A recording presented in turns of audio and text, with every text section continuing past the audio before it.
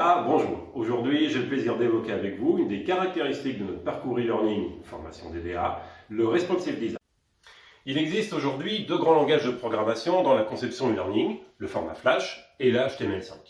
Alors, très clairement, le format Flash est un langage obsolète, incompatible avec les tablettes et smartphones. Et à très court terme, on parle là de 2018-2019, il sera également incompatible avec l'ensemble des navigateurs PC ou Mac. Le Flash est donc absolument à proscrire au profit du HTML5 qui est le format universel. Cependant, le responsive design ne peut pas et ne doit pas se contenter de rendre compatible la lecture d'un module sur tout type de device. Le format HTML5 permet bien entendu la diffusion des modules à partir d'un PC ou d'un Mac traditionnel, mais également à partir de tablettes fonctionnant sous Android ou bien sous Windows. Bien entendu également totalement compatible avec les iPads toute génération. Ce point étant important puisque de plus en plus d'entreprises d'assurance aujourd'hui sont équipées de ces devices. Sans oublier bien évidemment le mobile learning.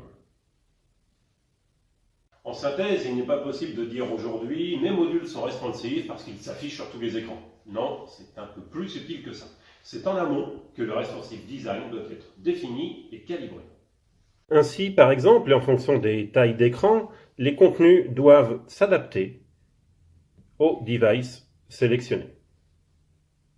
Donc un exemple valant mieux que de trop longs discours. Vous voyez ici une page internet de notre site internet, donc qui est exactement la même, et donc avec une mise en page différente en fonction du device de lecture. L'idée étant ici que les contenus s'adaptent donc à la fenêtre de vision qu'offre le device.